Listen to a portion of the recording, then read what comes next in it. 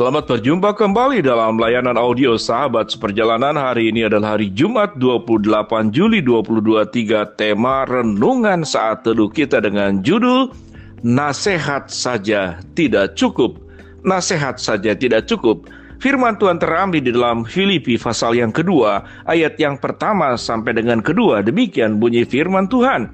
Jadi karena dalam Kristus ada nasihat, ada penghiburan kasih, ada persekutuan roh, ada kasih mesra, dan belas kasihan. Karena itu, sempurnakanlah sukacitaku dengan ini. Hendaklah kamu sehati sepikir dalam satu kasih, satu jiwa, satu tujuan. Mari kita berdoa.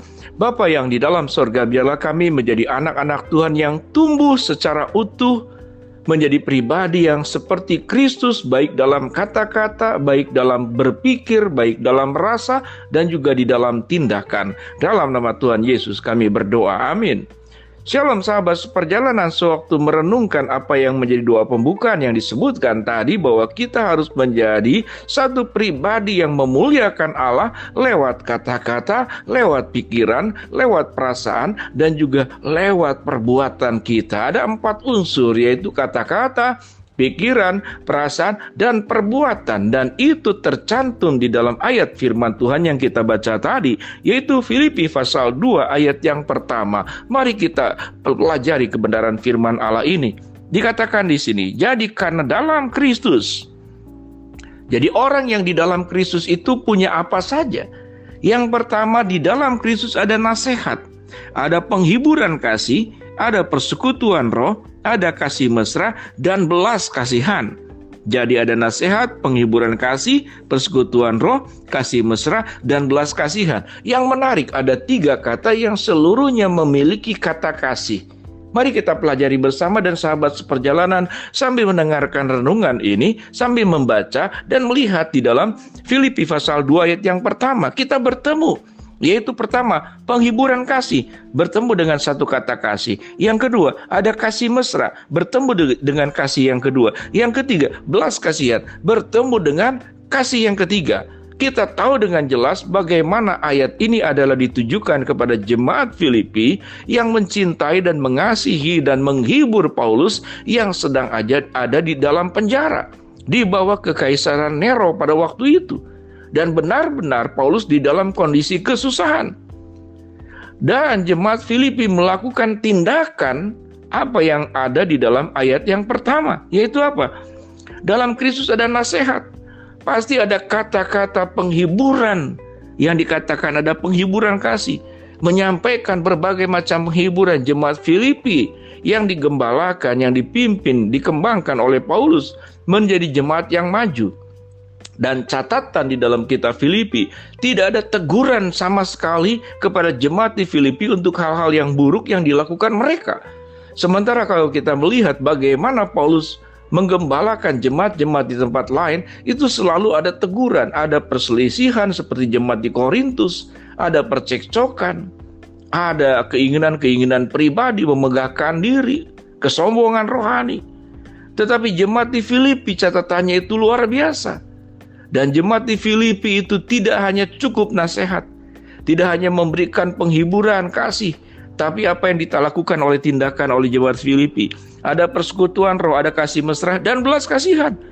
Jemaat Filipi berjuang bagaimana untuk bisa memberikan nasihat, namun juga pertolongan. Dan dikirimlah yang bernama Epaphroditus, mencukupkan segala kebutuhan apa yang dibutuhkan oleh Paulus. Catatan apa saja bentuk yang dibutuhkan tidak dituliskan dengan jelas. Namun Paulus memberikan sebuah peneguhan dalam Filipi 4 ayat 18. Apa yang dikatakan di sana? Aku menerima bantuan melebihi yang diperlukan, bahkan di dalam kelimpahan. Jadi artinya Paulus lewat Epaphroditus di jemaat Filipi itu mendapatkan bantuan bahkan melebihi daripada yang dibutuhkan sampai berkelimpahan. Kita melihat sedemikian luar biasa. Tidak hanya ada nasihat, tapi ada kasih, belas kasihan, kasih mesra, kemudian penghiburan kasih. Itu diberikan kepada Paulus. Tidak cukup hanya nasihat. Menjadi orang percaya tidak hanya cukup memiliki kata-kata yang indah, nasihat-nasihat yang indah, tapi kita harus mengasihi dengan pikiran kita. Kita harus mengasihi juga dengan perasaan kita, dan kita harus mengasihi juga dengan perbuatan kita. Seseorang yang memiliki kasih sampai catatan kata kasih diulang 3 kali, maka bagian daripada nasihat hanyalah langkah awal. Setelah itu dengan pikiran, dengan perasaan. Oleh sebab itu mereka mengingat segala kesusahan Paulus. Mereka berjuang bagaimana menghibur jemaat Filipi, bagaimana berjuang mencukupkan segala kebutuhan yang dibutuhkan oleh Paulus. Sampai Paulus mengatakan, aku dicukupkan dalam kesusahanku, engkau memperhatikan aku, dan engkau membantu lewat Epaphroditus, bahkan sampai berkelimpahan. Bahwa kasih yang sesungguhnya dimulai dari kata-kata, tapi bermuara dengan tindakan. Dan tidak hanya kasih itu adalah sifatnya satu jangka waktu pendek. Kasih itu hanya akan berhenti kalau itu seperti sungai yang mengalir, hanya akan berhenti di lautan. Kasih tidak akan pernah kering di dalam perjalanan menuju tempat yang paling bawah. Oleh sebab itu kita mengenal satu lagu yang disebut dengan kasihnya seperti sungai. Lagu yang legend, yang lama sekali. Kasihnya seperti sungai, kasihnya seperti sungai, kasihnya seperti sungai di hatiku. Tuhan mengasihi kita tidak pernah surut, tidak pernah kering. Dia akan terus mengasihi kita sampai kepada akhir zaman.